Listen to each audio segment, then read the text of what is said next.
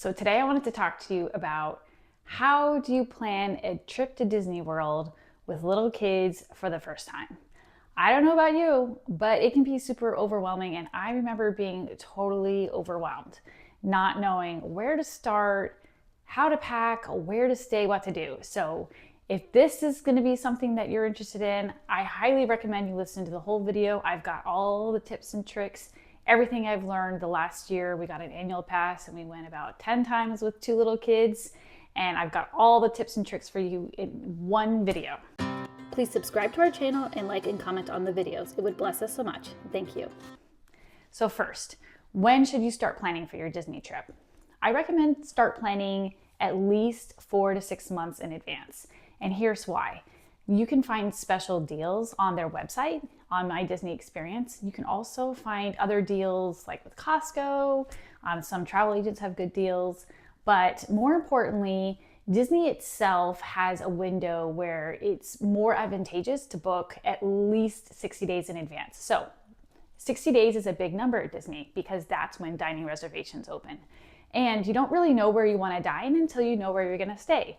So that's why I say, at least like a month before that. So like 90 days is sort of the sweet spot where you kind of want to, if you want to go for the first time and you want to max out on your Disney experience and make it the best possible, I do recommend at least 90 days out. Okay, so that begs the question, now that you know kind of how far out you should go, when should you go?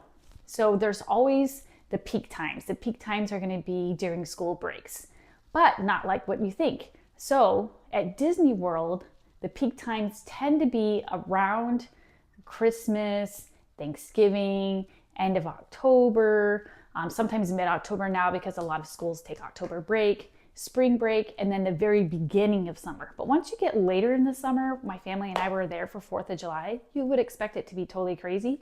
It was not crazy at all. Some of the lines were like 5 minutes. So once you start getting to those really hot months where they're really difficult because it's really hot and humid, honestly, sometimes those are the best times to go because of the crowd. So you really have to think about, can I handle heat and humidity? Do I want to be outside when it's like that? Am I okay being there knowing it's going to be super crazy busy? And the more busy it is, the more strategic you need to be about your planning. So where should you stay? If you're going to Disney World for the first time, I honestly recommend staying on property. And here's why. Because there are so many perks to it, and I feel like you're gonna really miss out if you don't stay on property. So in my opinion, the major perks with staying on property are booking your dining reservations, which we'll go over in a second, and then also booking your lightning lane experiences, which I highly recommend doing. The regular lightning lane, the multi-lightning lane, which we're gonna go over. I know it's a lot of information. I do recommend you just write things down as we go, and then I hope to have some screenshots of different things I'm talking about just to make it a little bit easier. So if you stay in a Disney hotel, then you get those premium perks. You also get discounted magic bands, and then you get early hours. These are all major ways to make your trip better. So what are the different Disney hotels? There's the value resorts, the moderate resorts, and then the deluxe resorts. So you can stay in a value resort for a similar price as any other hotel, and you can get some really good discounts with this as well. So again, remember what I was saying about planning and timing. You can go on the Disney's website, and sometimes they have some really amazing deals, especially in those times where Disney's not as busy. So recommend looking into that. But the value, the moderate, and deluxe. So the value and the moderate and deluxe all have the same perks with transportation. So you're going to be able to get to all of the parks for free. They all have buses. Now, some parks have, some hotels have more than that. So, and that's also going to increase the price that you pay. So there's the Skyliner, and you can still stay at a value resort. The Pop Century has access to that one, and that's a value resort. And then there's moderate resorts that have access to, some have access to the Skyliner, some have access to boats that go to and from the parks. And then the deluxe resorts are on the monorail, and some are off the monorail and just within walking distance to EPCOT. So you really have to think about, your price point, your budget, and what you want. Now with little kids, for us, we have always decided to stay within walking distance to one of the parks because it made it easy for us. We're kind of spoiled and used to Disneyland where we could just stay like within 5 minutes of the entrance of the park, or like in the entrance of the park. So we're used to going back to our rooms and having the kids take a nap. That option is not really easy at Disney World. Even if you stay at a deluxe property within walking distance of the parks, it's still, a little bit of a trek to get there. So you have to think about that. Now we have decided to go on really discounted rooms and great deals. And we got our first time that we went, we actually stayed at the Contemporary. And we didn't stay in the main tower, we stayed in the water view, which honestly I liked better because it was quieter. But because it was quieter and it wasn't in the main tower and it wasn't in, the classic area where the monorail comes in, it was significantly less expensive. And we loved it because we could walk right into the Magic Kingdom, go back to have our son take a nap, and it worked out really great. And I also love the Grand Floridian because you can walk there as well. And you could also take the monorail to all these resorts, and you can also take a boat. So you have 3 options to get there. Or you can take the bus if you want. So really 4 options, but it's all about convenience. So the more convenient it is, honestly, the more expensive it's going to be. And again, to save money, just go on those stay away from the peak times, go on the off times. Now, my favorite hotel is the Grand Floridian. You can tell the ears. I love it. And I love that hotel because for me personally, it's just so beautiful. We come from San Diego. It was actually designed after the Hotel del Coronado in San Diego. So it kind of feels like home. And I just love how peaceful it is. So amongst all the chaos of the parks, it's just nice to come to a place that's peaceful. So although our room at the Contemporary was a little quieter, it was still too crazy for us. It wasn't our style, but some people love it. Now, when we are spending most of our time at EPCOT and Hollywood Studios, we prefer to stay along that area. There's the yacht club, there's the beach club, there's the boardwalk. We haven't stayed there yet. So actually we're gonna stay there 4th of July this coming summer. So we're excited to experience that. But we wanted to stay in a park where we could walk to EPCOT, walk to Hollywood, or easily get there back and forth without having to take the bus. Now, the bus is great, but if you have a stroller, it's kind of a pain because you have to take it all apart, especially if you have a double stroller, and we just didn't want that. Now, speaking of double strollers, if you have a double stroller, you can't take those into the Skyliner. You do have to take them down. A single stroller works fine. Even a big one like a Bob works great. But if you have a double stroller, you have to take that down. So we did not want to have to deal with that with 2 kids who sometimes your kids are passed out tired, and now you have to hold them, you have to hold your bag, and you have to hold the stroller. It's crazy. I just don't want to do that. Another option, if you're staying in the hotels, is that you can take their car service called a minivan. And we love that option because even when we're staying at some of these deluxe resorts, like if we're staying at the beach club and we want to go to Animal Kingdom or we want to go to Magic Kingdom, we take the minivan, which is by Lyft, and it's through Disney, and you can only take it from Disney properties, and it drops you off right there. And they actually have like a preferred entrance, so that's kind of a little perk, especially when you're going to Magic Kingdom. And they will drop you right off where the buses drop you off. Actually, they drop you off like at the front of that area. So it's kind of like front door entrance into Magic Kingdom. And I highly recommend, especially if you have a stroller and you have little kids, it's great. They have car seats, they take care of you. They're amazing. They're all cast members that drive it. You're gonna have the best conversations. Highly recommend the minivan. So we've talked about how far in advance to plan for Disney. At least, in my opinion, 60 to 90 days. We, again, like to stay close to the parks. So for us, personally, our favorites are Grand Floridian for Magic Kingdom, and then for staying at EPCOT, again, along that boardwalk area. Any of those hotels, amazing, wonderful. Oh, and we've stayed at the Swan Reserve, which is at Marriott. They have the Swan and Dolphin Hotel there. And that's probably my husband's favorite hotel. It's super quiet. You can walk to Hollywood, you can walk to EPCOT, you can take the boats to Hollywood to EPCOT, and it's very charming. They have a cute little Fantasia golf course right across the street. Kids loved it. And it's quiet, and you don't have the crazy crowds for breakfast. It's easy to get in and out of, and you get to use your Marriott points if you're a Marriott Bonvoy member. So there's the kind of double perk with that. It is considered a Disney hotel, Disney Deluxe hotel, so you can get all the perks associated with that. Now, another perk of the Disney hotels is going to be your early hours. Now, early hours are going to be key in being able to get in as much as you can. It's called rope drop. Now, there's two different kinds of rope drop. There's the rope drop for everybody who's not staying in a Disney hotel, and then there's the rope drop for everybody who's staying in a Disney hotel. Now, they made it really confusing lately because they used to screen you before you got into the park. Now they screen you when you're in the park. So the first time, I didn't know what that I was doing. I went into rope drop with everybody else, and then I didn't know that they were separating out the resort members versus the non. And then I ended up doing a rope drop with everybody else and totally lost the perk of being a resort guest. So don't do that. Look for the signs. They're very clear. Usually they're to the right, but they will make very clear signs that if you are a resort guest, you go to this rope drop and then go there. And if you don't know, ask a cast member and they'll tell you. Don't make the same mistake that I made. It was frustrating. So you want to get there, and I recommend getting to rope drop. This is going to sound brutal, y'all. I recommend getting there at least 30 minutes before your time. So let's just say rope drop for everybody else, or the park opens at 9.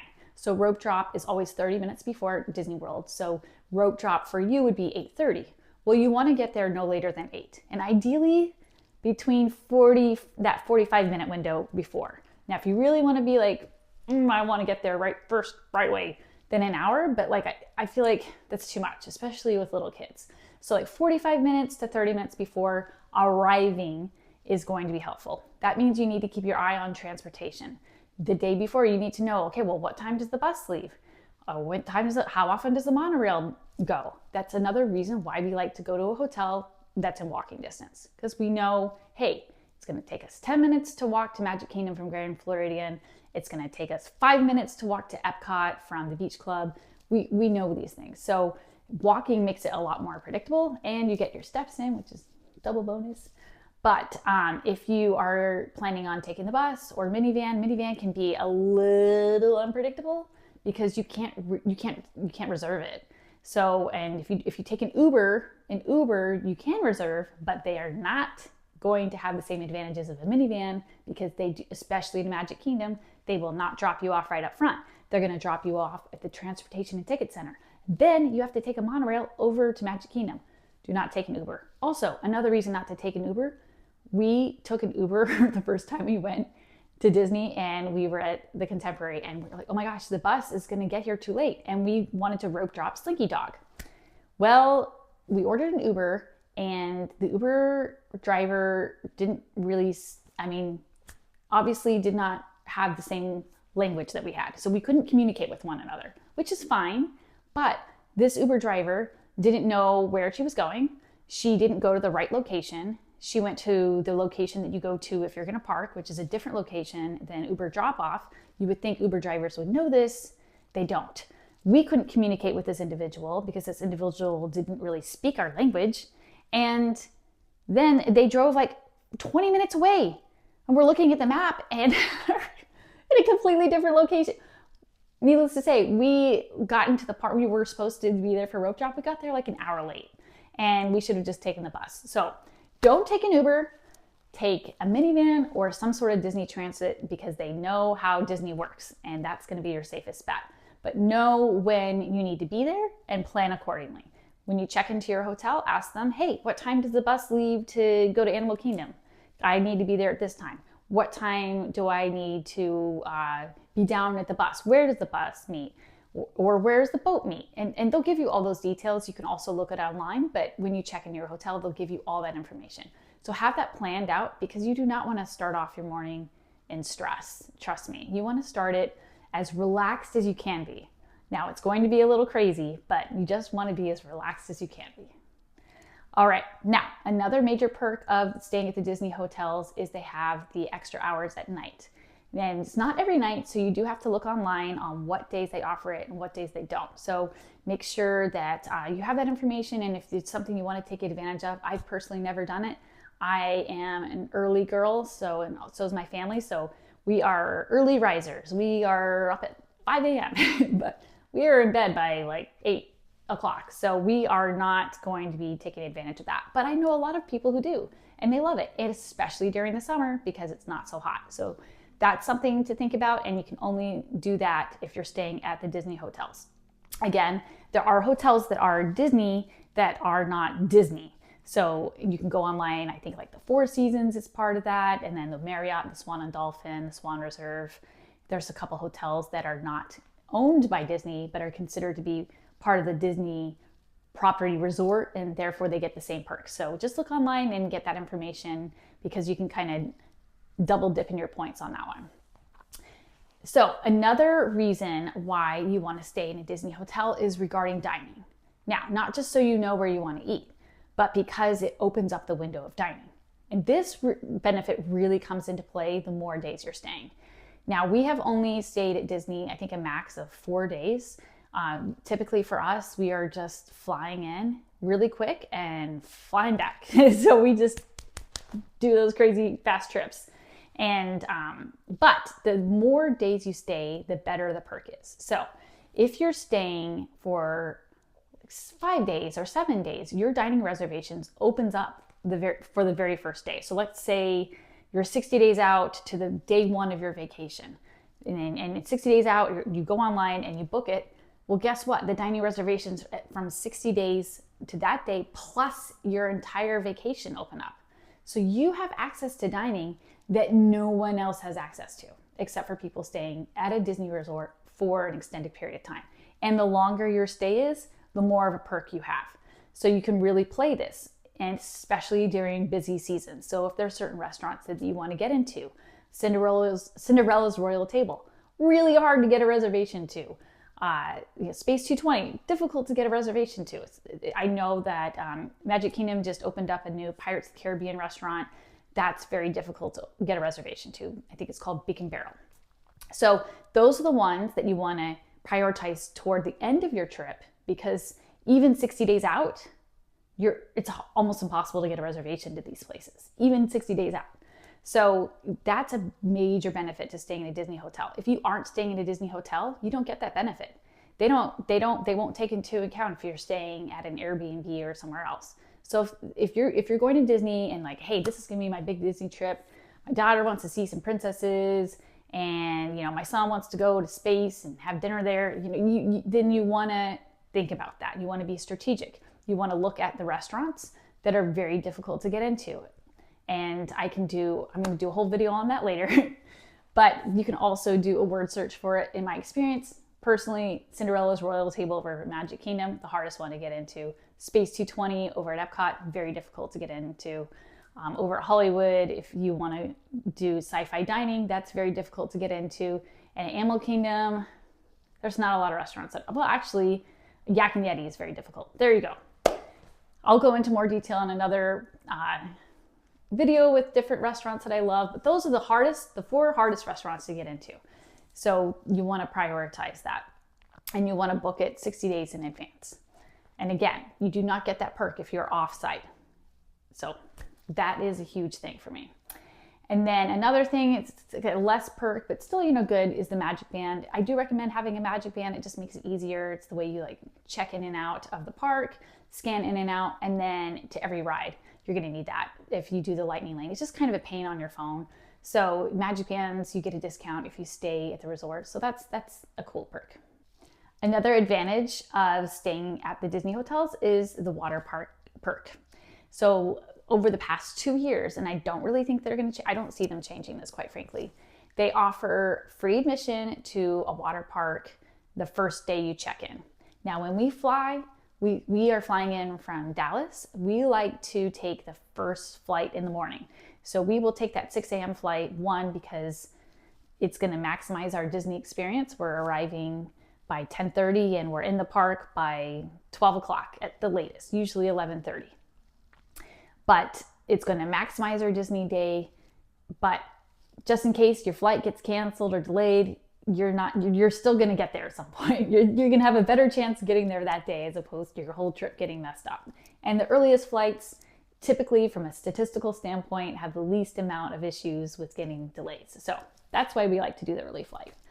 But when you get there, they will let you go to a water park. So you get like the whole day at the water park, and these water parks close at like 6 o'clock. That's like 6 hours at the water park for free. And each one of these tickets, they're expensive.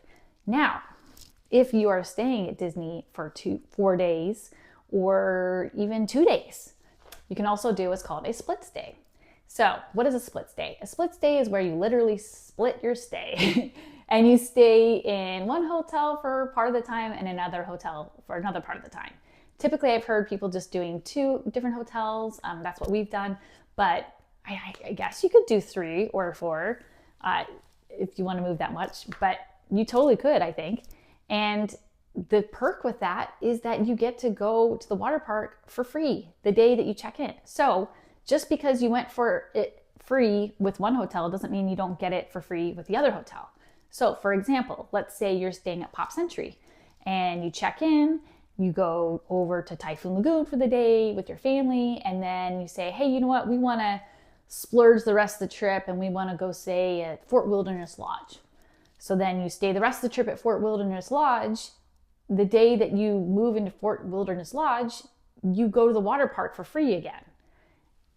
Pretty awesome. They don't have a limit, from what I understand, on how many times you do this. So theoretically, if you have a 4-day trip, you could just go to a water park for 4 days. And I don't know, you want to go to the other parks besides the water park. But the point is, it's a pretty good perk and it's a really good way to save money. And again, Disney's been doing this the last 2 years. I don't see them changing that. So that's a major advantage. Another major advantage of the split stay, again, for us is we like to be close to the park so that we can walk there. So Magic Kingdom, we like to stay at the Grand Floridian, or you could also stay at Contemporary Polynesian. You can walk as well. They just opened up that path. In fact, we were walking around the other day and it was not that far from the Polynesian to walk to Magic Kingdom, maybe an extra 4 minutes of walk.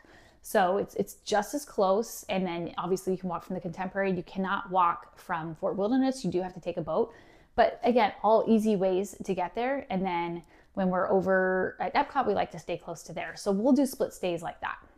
Now, I kind of referenced how we take an early flight and flying out from Dallas. And I wanted to talk to you about how we navigate that whole situation. So we have 2 little kids, and right now they're 7 and 4, but we've been taking them to Disney since they were 6 weeks old. And since we moved to Dallas, which was about 3 years ago, we did not want to bring our gigantic double bob with us on the plane and take it with us to the parks like we did when we lived in San Diego and drove to Disneyland. So we decided to rent a stroller. Best thing ever. Best thing ever. If you are flying in, do not bring your stroller unless you have an infant and you have to, and it helps you and you want to use the car seat to put into the plane and your baby's going to be sleeping. That's a good situation to bring your own stroller. But if you can rent a stroller, I highly recommend. It is a game changer, you guys, because it made it so easy. And then what we like to do is we like to carry our bags on to the plane from when we're flying into Orlando. And the reason being because MCO, the airport there, I don't know what it is about that place, you guys, but they lose bags all the time. I took my mom to Disney World for her first time ever in April, and it was the big trip for her, the big mother-daughter trip. I decided to splurge and fly first class. I'm like, okay, my mom, she flies with a gigantic bag, and she of course could not carry that on. She had to check it in, and I thought for sure we would not have any problems because we were flying first class and they're going to prioritize the bag. It's going to be okay. I've experienced problems before with bags at MCO. This is going to be fine. I'm going to get the bag. They lost her bag. They left it on the plane. And had there not been horrible weather at Dallas, because it was supposed to go back to Dallas, her bag would have been just left on the plane. So they had to find her bag. Thank God we put an air tag in the bag. And otherwise, who knows how long it would have been without her bag. It would have been a disaster. So if you can avoid it, try to carry on your bags. Now, I understand it's really tough with kids trying to carry on the bags. I get it. But that's why I really recommend packing smart, packing as little as possible, and being strategic. So this is what we do. when we have our bags, we put on we have full-size bags for everybody. My husband and I carry 2, and we're good. So I've got mine, I've got one of my kids, my husband's got his, and he's got one of his kids. And then we have backpacks on each of us. My kids got their backpacks with all the stuff they're gonna need on the plane, and then my husband has a backpack with a bunch of other stuff, and I have a backpack with a bunch of other stuff. And between that, you're golden for a nice long trip. In one of those bags, we have a whole nother, so we'll open up the bag, and I actually made a video about this, which I'll link here. And we open it up and we put in a little like pool bag that we put in all the accessories that we're gonna need for the stroller. So like the stroller organizer, the wet dry bag, our chargers, our flip-flops, our ponchos, everything that we need is right there, so that when we are picked up from the airport, dropped to the hotel, we just drop off our bags, open up that one bag, pull out our little pool bag, and get the stroller that's already waiting for us at the hotel and take it with us to the park. And it makes it so streamlined, so that if you're flying in on a Thursday, which is usually what we do, and we go in there early in the morning, like I said, you get a full day at the park. Granted, it's like technically a half day, but you're getting a really good day in the park. So I do recommend, if you're gonna go to the parks the day that you fly in, definitely carry your bags on and have everything kind of organized, so you can just take your stroller bag with everything that you need in it for the stroller out very easily, and then just go straight to the parks. It's a big time saver. Now, you're gonna be doing a ton of walking when you go to Disney World, as in miles and miles of walking. So make sure that you guys have some comfy shoes, not just for you, but for the kids. Yes, you're renting a stroller, but they're gonna be doing some walking too. Have your walking shoes, and then I kind of referenced before, you wanna have your flip-flops. You wanna have water shoes, because it rains a lot in Florida. And sometimes on those water rides, even when it's not raining, you don't wanna get your feet and socks soaked. That's not fun. So have your water shoes or flip-flops for that too. Now, regarding ponchos or rain gear, make sure you bring ponchos, reusable ponchos. For us, we like the ones with the hoods, and that you can stuff in the bag, and we just stuff it into the stroller and we bring them with us. Do not buy the ones at the parks. They are like barely reusable. They're not really a good material, and they're super expensive. I think they're like $25 a poncho, you guys. So they're expensive. So do not buy the ponchos there unless you want it for a souvenir. But if you want a good reusable poncho, just buy one on Amazon. I have a link in the description, some that we use that we just love. And then you want to make sure that you guys bring anything that's going to keep you cool. So we like to bring those neck fans. Those are great. You can also get those little fans that strap onto the stroller. Those are great.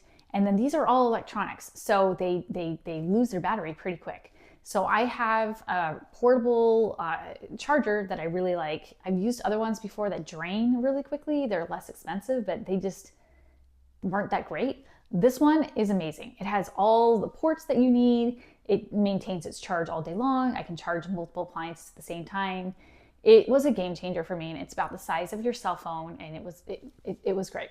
So that's the one that we prefer. So I do recommend having one of those. Have a wet dry bag, and that you can put all your electronics in, so that when it monsoons, that you're fine and all of your electronics are fine.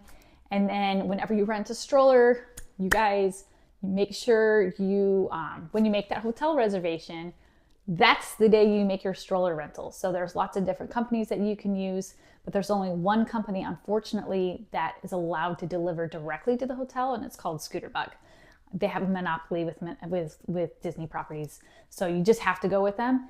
And unless you're staying at a non-Disney recognized property. So when I stayed at the Swan Reserve, I was able to rent from a private company, and they were able to drop it off at the hotel.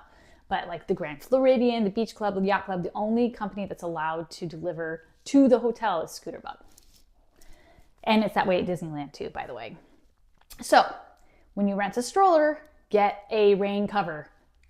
Make that stroller rental reservation the day you make your hotel reservation, and tell them exactly where you're gonna go, what time you need it. I always recommend having them drop it off about an hour before you think you're gonna arrive, just in case they're late, especially if you're gonna go right into the park, just to make sure it's there waiting for you when you arrive. And always ask for a rain cover. If you don't have a rain cover for your stroller and it rains, it's a disaster. Even if you have a wet dry bag for all your electronics, because now the stroller is like soaking wet, like you threw it into the ocean soaking wet. And your kids aren't going to want to get in it. They're tired, they're cranky, it's awful. So make sure you guys get a rain cover. And if they don't have a rain cover, I would seriously consider buying one on Amazon and bring it with you. It's because that's how important it is to have one. So now that we've talked about where to have into the park, your shoes, your rain gear, let's talk about what to pack. So I kind of referenced how you should pack as little as possible. So this is another huge perk.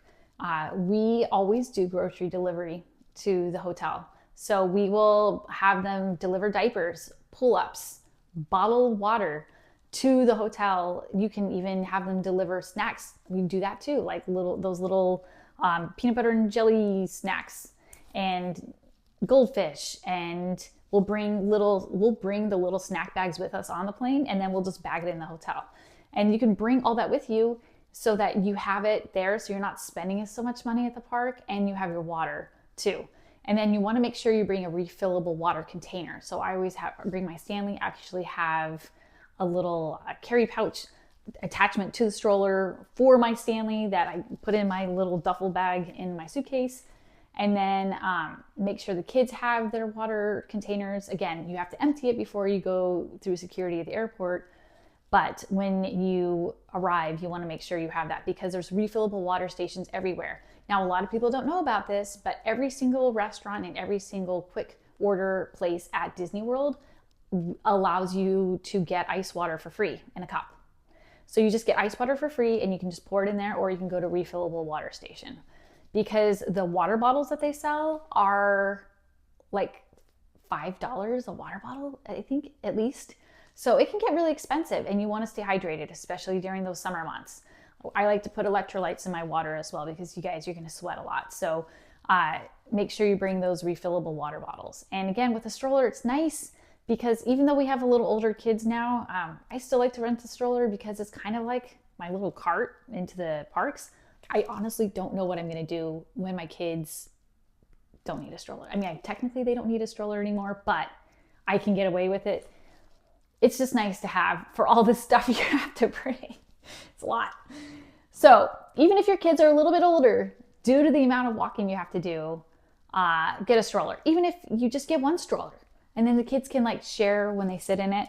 Those bobs, they're awesome, and they can handle really big kids. Again, my son is 7. He doesn't need a stroller, but it sure is nice for him to sit in it for a little bit as we're walking.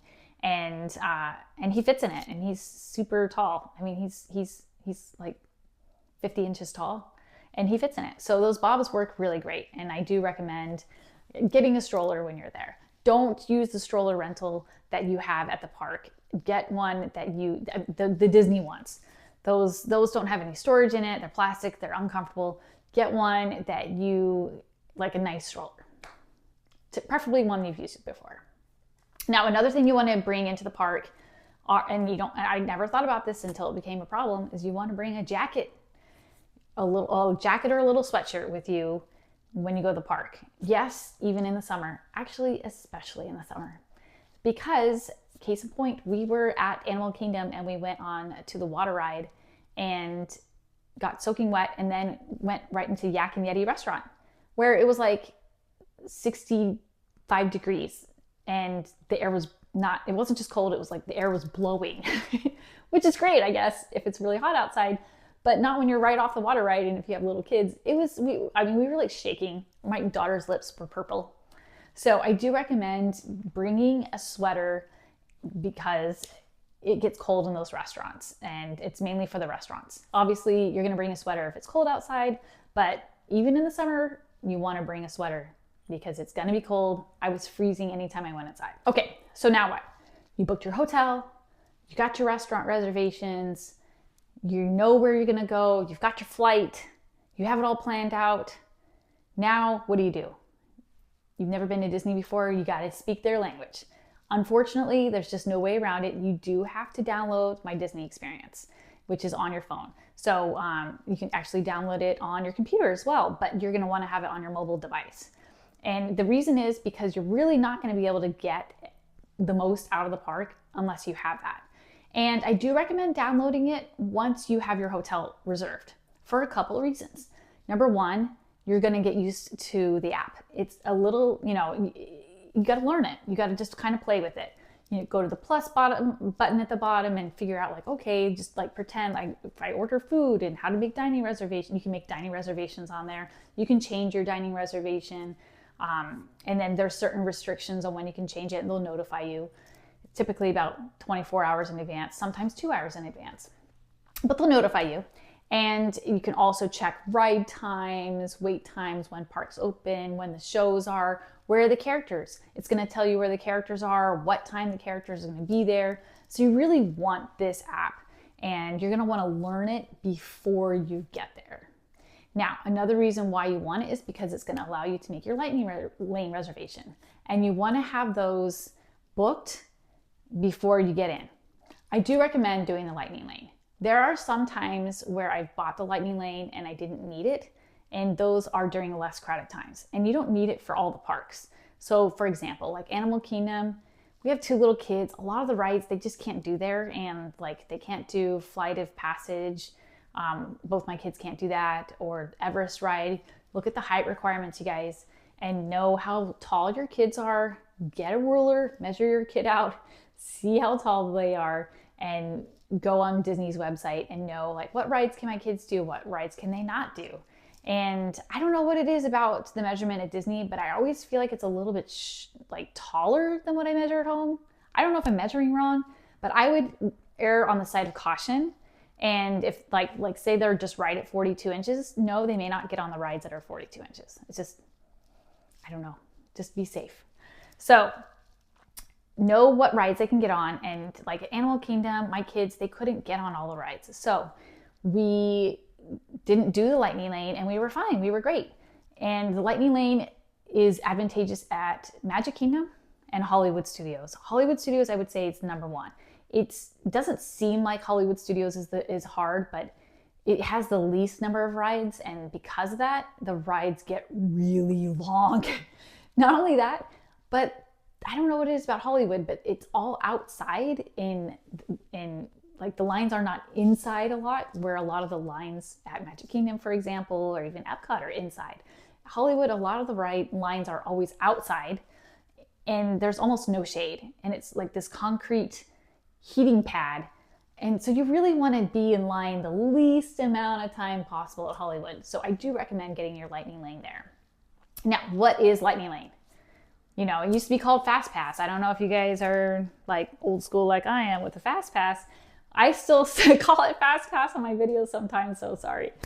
But it's called Lightning Lane. It was called Genie Plus when I first started going about a year and a half ago, but it's called Lightning Lane now. Now they have 3 levels of Lightning Lane. So there's the single Lightning Lane, which is a single pass for certain specific rides that are very hard to get or that are very popular. And that lightning lane gets you into that one ride. So 1 ticket, 1 person, 1 ride. And those are very specific. You can only get 2 a day. You cannot get more than 2 a day. So if you're park hopping and you're like, hey, the only park that has 2 is Magic Kingdom, by the way. I'm going to do both of them at Magic Kingdom, and then I'm going to park hop over to EPCOT, and then I'm going to do the other lightning lane over there. No, you can't do that. You can only do 2 a day. So just be aware of that. So what are the single lightning lanes at Magic Kingdom are Tron and 7 Dwarfs Mine Train.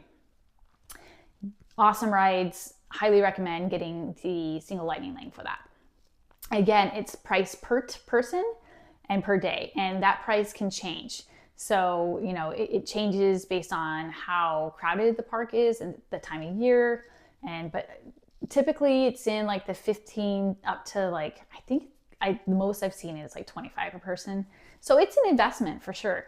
But if you're going on this one and done trip or this epic Disney trip and you're wanting to get the most out of it possible, I hate to say it, but time is money.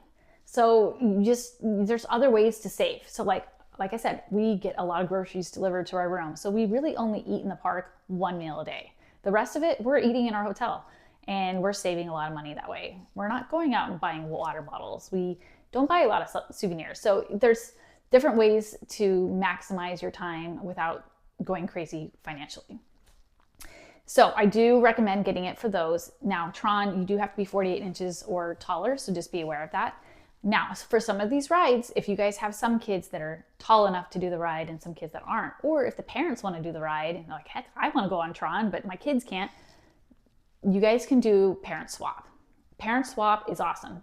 It's not really well advertised, but the cast member has to see your kid. They have to see, yep, you have a kid that's not big enough to go on this ride, and you have a ticket to get on the ride. Or even if you don't, like, let's say you do standby. Let's say one parent wants to stand by Tron and they wait in line for 90 minutes. Well, the other parent does not have to wait in line for 90 minutes. The other parent just gets to walk on like they had that premium lightning lane. I'm sorry, that single lightning lane. And they can just walk on because of the parent swap. So you make sure you go to a cast member before, because they have to scan it on your phone. You can't just say, hey, my husband went on this ride and now I'm going to go on it. Can I just walk through here? No, they won't let you. They have to physically see that you have a kid that's too small to go on the ride, and they will scan both of your passes. And then if you have a kid that, like, let's say you have two kids like we do, or multiple kids, but let's say some of them are big enough to go on the ride and then one of them isn't. There's one kid that gets to go on that ride twice. So, for example, when we go to Tron, we have to do parent swap because my husband and myself and my son, we can't all do it because then we can't leave our daughter there. So we parent swap. And then my son gets to go on twice. And I think you can have up to 2 or 3 people on parent swap, which is pretty awesome. So that's a cool little perk if your kids want to go on some of these rides twice. And that's with any ride. So always take advantage of that parent swap, you guys. It is a game changer. Now, another thing that you guys want to take advantage of when you're at Disney is the free stuff. So I kind of referenced the pixie dust. So at a lot of the shops, actually, I think Sir Mickey's for sure, which is over by Cinderella, the Cinderella's castle, you can just ask them for some pixie dust and they'll do this whole magic pixie dust. And it's the cutest thing. And my sisters and I did it. And my mom, she thought it was the cutest thing. And of course the kids, they love it too. So those are some free little perks that you can do that are a lot of fun. Also, free little perks are seeing the characters. On your My Disney app, they'll show you where the characters are and you can plan to be there in advance. And those are some little perks. Now, with characters, if your kids are really into princesses specifically, I do recommend doing the dining experience that involves princesses, because some of those princess lines can get really long and they're not going to have lightning lanes for that. So they used to, but they don't do that anymore. So if you don't want to wait in that super long princess lines to meet the princesses and you kind of want to eat and meet the princesses, go to either Cinderella's Royal Table, which is very hard to get, I mentioned before, so you want to book that way in advance. Or another really good one, and I think might even be better, is Akershus in EPCOT.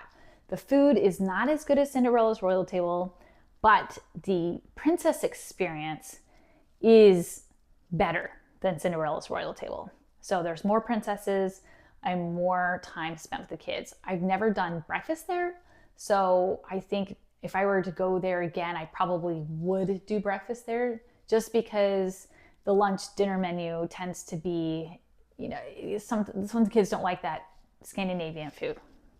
I thought it was great, but my kids weren't big fans. So, but the breakfast, breakfast is breakfast. It's like easy. So that's another one. And then if you're into Winnie the Pooh, the Crystal Palace, they have all the Winnie the Pooh characters there. So I like those character meals because it's kind of killing 2 birds with 1 stone. You have your sit down meal, you're relaxing for a little bit, your feet are throbbing, you're sitting, it's nice, and the characters come to you. You're not standing in line for hours, sometimes outside in the heat, waiting to go see the characters. They're coming to you. To me, that's a big convenience. So although personally, I'm not a big character person, my kids, they are big character kids and they like them, and I get joy out of seeing them interact with the characters. it's beautiful. So I do like to do that. So if you are going to make a dining reservation, the character dining experience, in my opinion, is the best bang for your buck. And there's multiple ones to choose from. All you have to do is look online, figure out which one works best for you and your family. So the other one is called the multi-lightning lane, which, if you guys are familiar, it used to be called the Genie Plus about a year and a half ago. Before that, it was the Fast Pass, if you're old school, like I am. But the multi-lightning lane gives you 3 rides that you can reserve in advance. And that changed from Genie Plus, where you could only just basically do one at a time. So I think it's better. They've upgraded it. They've updated it. It is better, although it can seem a little confusing at first. But once you get it down, it's not so bad. So don't get overwhelmed. Just know that there's the single lightning lane and there's very specific rides you can go on. You can only go on, you can max out 2 a day. You can't go on any more than 2 a day. Completely separate from that, you can have it, you cannot have it, you can add it to something, you cannot, but completely separate. It's like a different menu item. Okay, now that's the appetizer. Now this is the main dish, the multi-lightning lane. And that's 3 rides. Now with the multi-lightning lane, you get to pick 3 rides, and you get to pick, like I said, 1 tier 1 ride and 2 tier 2 rides. The 1 tier 1 ride is different in each park. And the only park that doesn't have 2 tiers is Animal Kingdom. So at Animal Kingdom, it's a free-for-all. You just pick whatever ride you want. You pick 3, you're golden. But the other parks, the more popular rides, they put in a tier 1. So like, for example, at Magic Kingdom, Tiana's Bayou, aka Splash Mountain, and Peter Pan are both tier 1 rides. So you can't say, okay, I'm going to do Tiana's Bayou Adventure, I'm going to do Peter Pan. No, you can't do that. You have to pick one of those, and then you can pick two tier 2 rides. Now, I'm going to give you, up in the view here, I'm going to give you guys a little hack list of rides I recommend personally with little kids, family, to go on that are typically the longest lines. And that will let you know which ones to book. If you have any interest in going on those rides at all, I do recommend booking these rides because they book first and they're the longest lines. So when you are booking your tiered rides, there are some that are harder to get than others. So, and just be aware of that. So if you wanted to do everything in the tier 1, you're like, I want to do Jungle Cruise, I want to do Space Mountain, I want to do Tiana's Bayou Adventure, I want to do Peter Pan. Well, you have to pick one. And if you're going during the winter months, I would not pick Tiana's Bayou Adventure because it is not going to be a long line because it's the winter months and people don't want to get cold and wet. So don't waste your tier 1 spot for that. Use it for something else. Like Peter Pan is always hard to get on. But Peter Pan line in Disney World is actually highly entertaining, you guys, to the point where my kids get mad if we get the lightning lane to Peter Pan because they want to wait in the line.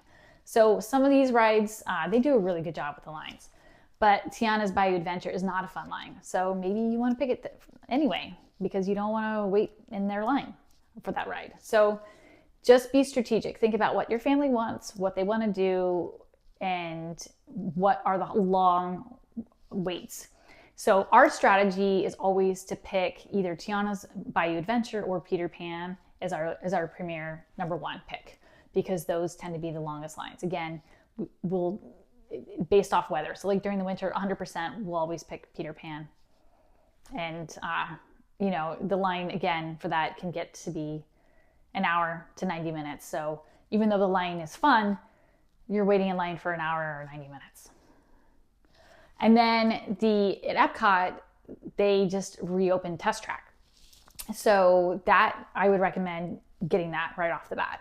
And Frozen tends to be a little bit shorter line than Ratatouille. So if you wanted to prioritize, I would pick Ratatouille over Frozen. And those are going to be your premier, your tier 1. And then after that, you can pick your others. Now, I would recommend when you go to the parks to pick one of your tier 2 rides to be like right when you get there. Right when you get there. Why? Because as soon as you scan it in, you can make another one. So let's say you get there at rope drop and the lightning lanes open up 30 minutes later. You've already done a bunch of rides, and let's say you've already done Dumbo and you've done all the Fantasyland rides that you want to do during that 30-minute rope drop, which is possible, you guys. And then you're like, hey, we have our first pass at 9 o'clock with Peter Pan, and now you're going on it a second time. You scan that, and then everything opens up. Or not even Peter Pan. Let's say you have a reservation for Dumbo, and you go and you scan in Dumbo, which is a tier 2 ride.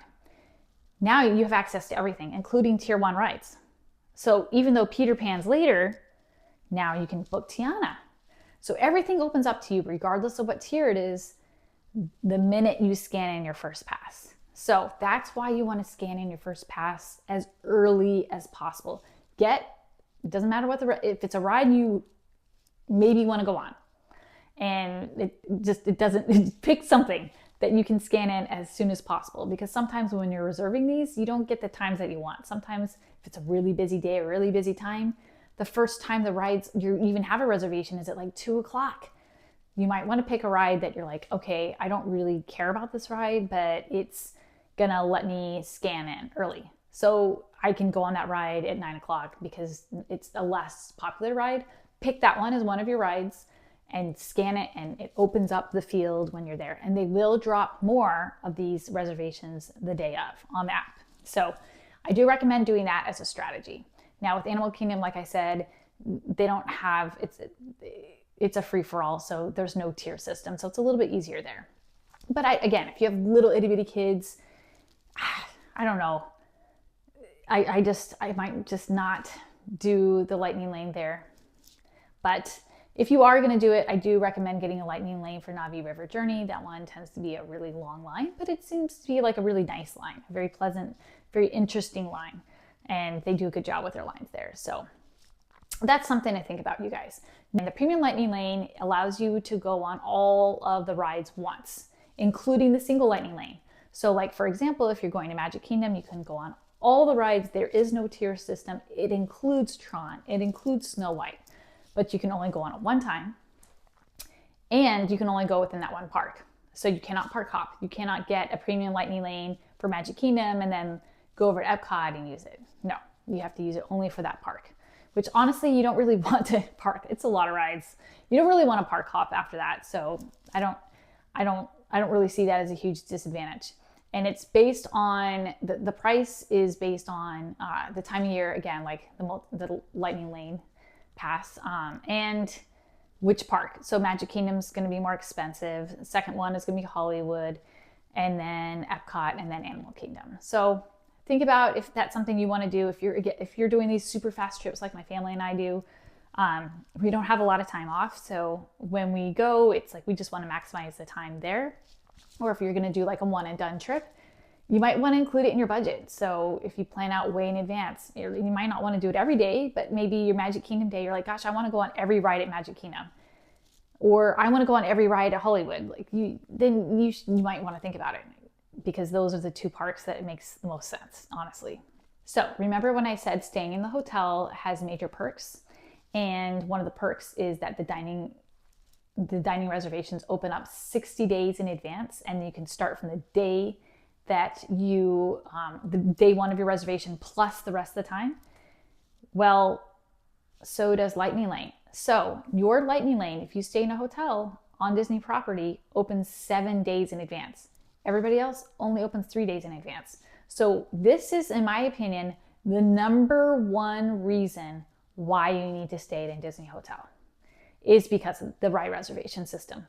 Because 3 days in advance, especially when it's busy, most of those big rides are going to be sold out. You will not get a reservation for it. You just won't.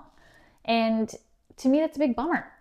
So if you can stay at a Disney resort and you have like double the advantage of somebody who's not, then that's a perk, in my opinion. So you want to make sure you stayed in Disney resort. So if you're going to do the Lightning Lane, because it's going to give you a huge perk in booking those reservations.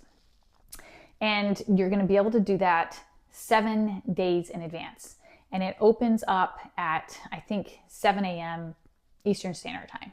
You're going to want to be on the dot, ready to go. ideally with 2 people. So you might think I'm a little crazy, but my husband and I will kind of strategize which rides we're gonna, and our kids, we all get involved in this, which rides we want to go on, which are our favorite, which are our top rides. And we put them on little note cards. And each day is on a note card.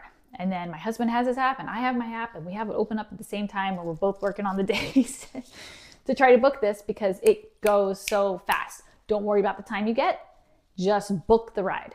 So if you're like, hey, I'm gonna want to do this ride in the morning and this one in the afternoon, this one in the evening, don't worry about it. Don't waste time. Time is essential when this opens up. Just book the ride. If you get the ride, great. Worry about the time later. Just book it and move on to the next day.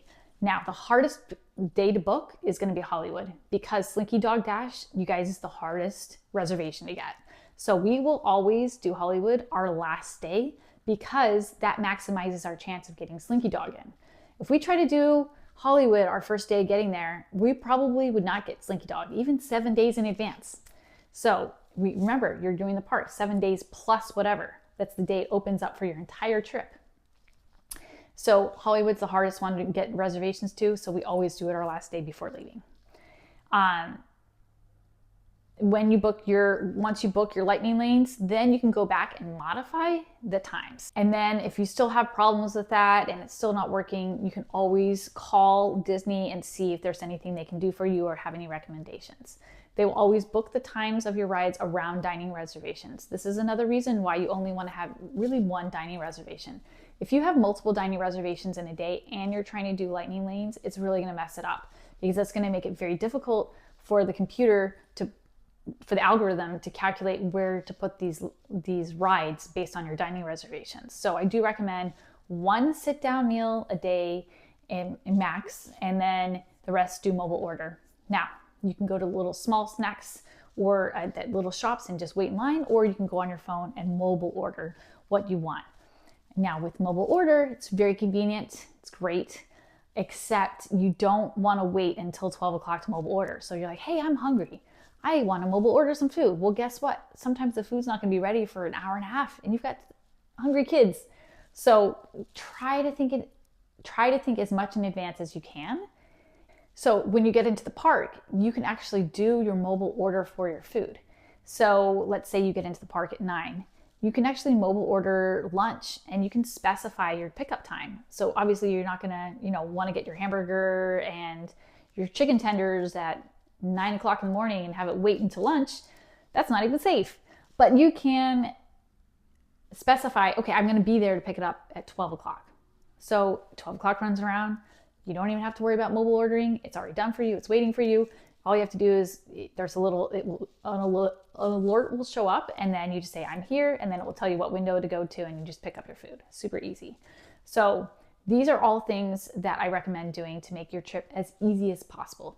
And then my biggest recommendation to you guys is to try to not plan so much. The nice thing about these lightning lanes is they give a structure, which, I like personally, and an expectation. A structure and expectation to your family. And we say this to our kids. Hey, we are going to go on 3 rides, max 5. So that's 3 rides on the multi-lightning lane. And then plus whatever or single lightning lane we can do in that park. Our daughter can't do, Flight of Passage in Animal Kingdom. So for her, it's 3 rides that day if we're going to Animal Kingdom. And if we're going to Magic Kingdom, she can't do Tron. So it's 4 rides for her, but 5 rides for my son. And we say, those are the rides we're going on. That's the expectation we have. And then we're going to go eat here and we're going to meet princesses. That's our expectation. So that it opens the day. So that if we want to go wait in line, stand by on these other rides, we can, or we cannot. If we want to go watch the parade, we can, or we don't have to. If we want to go see the show that's going on right now in front of the castle, and there's everybody dancing, and then there's fireworks, and it's awesome, and we just want to stop by, we can, or we don't have to. It creates freedom to be able to do what you want to do and not create so much stress. The more stuff you have jam-packed, if you're like, I'm gonna go to the parade at this time, I'm gonna have breakfast, and then I'm gonna go to the parade, and I'm gonna go boop boop these rides, and then I have to hurry. Then I have to go to this reservation, and then it's just I've done it, you guys. It makes you insane. And then you don't even have fun. Nobody has fun. Don't do that. I like the multi-lightning lane because it just sets a schedule for freedom. And I'll be honest with you, I've done the premium lightning lane and it's a little bit more chaotic. It's not as freeing because you feel like you need to go on all the rides to get your money out of it. And it's tiring. So I like, my favorite one is the multi-lightning lane. I like it the best because it just frees the day, especially when you're Magic Kingdom, because there's so much going on that you just want to take it all in, and you want to be flexible to change what you're doing.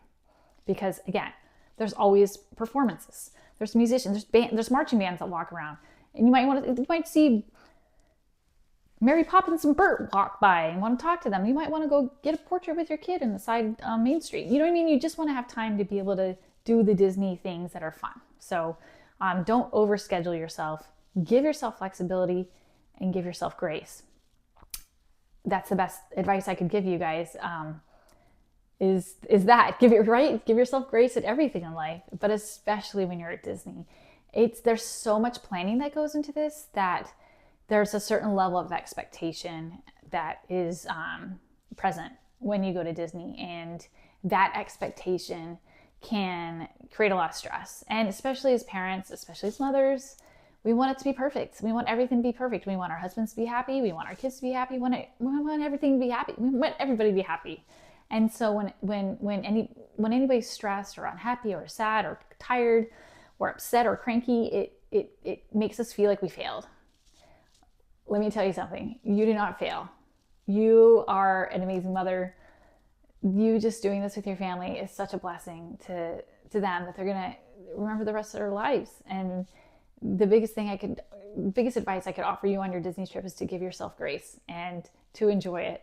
And when these moments happen that are not as ideal, just know that it's going to happen because it's easier when it happens, it's easier to cope with it. When your kid has that meltdown, come on, you guys, it's hot, it's tiring. Like sometimes I want to have a meltdown and I'm not 2 years old. So when your 2-year-old has a meltdown, give your 2-year-old some grace because it's tiring. Now, it doesn't mean it's not fun, but it's a marathon, you guys. Disney World, it's a marathon, and it can be hard, but it's also amazing and wonderful, and it's this beautiful, awesome time with your family where it's just you guys. You're in a hotel together. It's like a little family trip, and you're around each other 24/7, and it's incredible, and you get to have these magical, beautiful, amazing moments that will make you cry in beautiful ways. Not because your kid's having a tantrum, but like seeing your daughter hug Cinderella. Like, I don't know. It just makes you emotional. Just seeing the joy of your children, and that's just worth everything. So I hope this video, I know I rambled a lot, but this is all the stuff I wish I knew ahead of time. You guys shoot me a message if you have any specific questions. Like I said, we did Disney like 10 times this last year. We got an annual pass and we were trying to maximize it. So we did it a lot and have a lot of experience. Have stayed in a lot of different hotels. And we're going to be doing some cruises next year. So I'm really excited to share that. But I'm always encouraged by your messages and your comments and your love. And we do this because I was encouraged and helped out by other people that did this. So I just wanted to share the love too. Thanks for watching. I hope you enjoy. Thank you for watching our channel. We really hope you enjoyed the content. As always, we appreciate any comments. And here's another video for you. And please like and subscribe. Have a great day.